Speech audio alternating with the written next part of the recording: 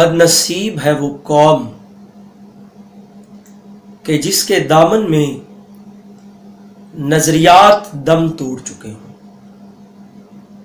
مگر اس سے بھی بد نصیب ہے وہ قوم کہ جو اپنا نصب العین تاراج کر چکی ہو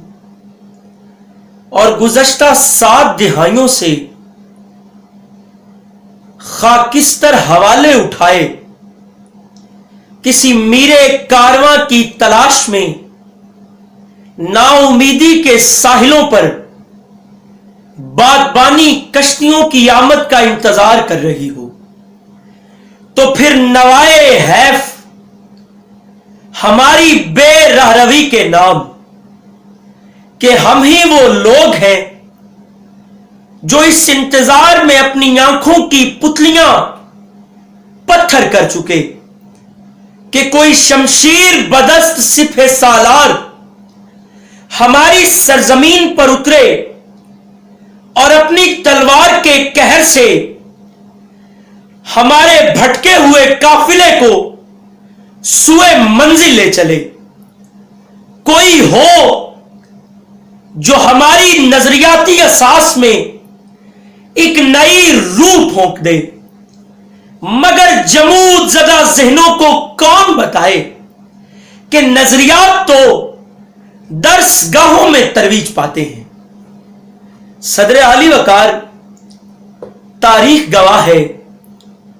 کہ سرخ و سیاہ صدیوں کے سائے تلے ہم ہی وہ لوگ ہیں کہ جنہیں دنیا قوم رسول ہاشمی پکارتی ہے، مگر افسوس کہ ہم نے وہ سارے اجزائے ترکیبی اپنے بدن سے نوچ ڈالے جن کی خاصیت ہمیں زمانے سے ماورا کرتی تھی۔ ہم نے وہ سارے مراسم زائد المیاد قرار دیے جو ہمیں بغداد کے کتب خانوں، اندلس کے حکمت کدوں اور بخارا و کرتبہ کے نظریہ سازوں سے منسلک کرتے تھے۔ ہم نے خود کو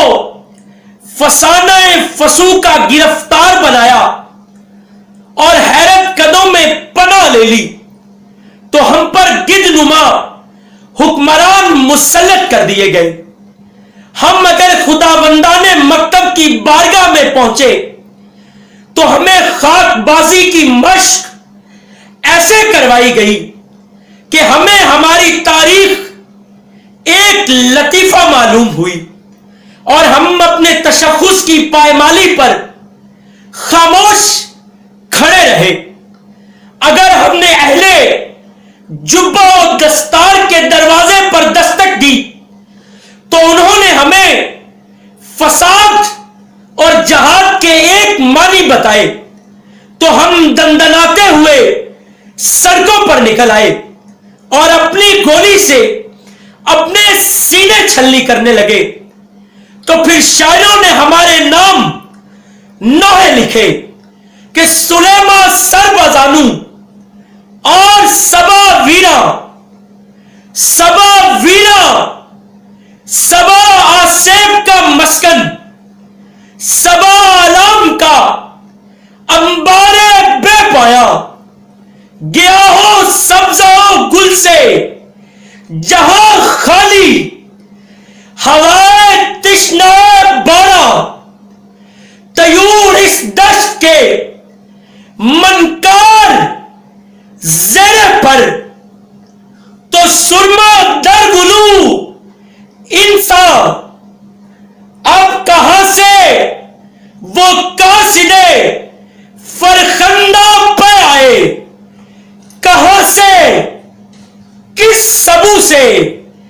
کاسائے پیری میں میں آئے، کہاں سے کس سبو سے کاسائے پیری میں میں آئے۔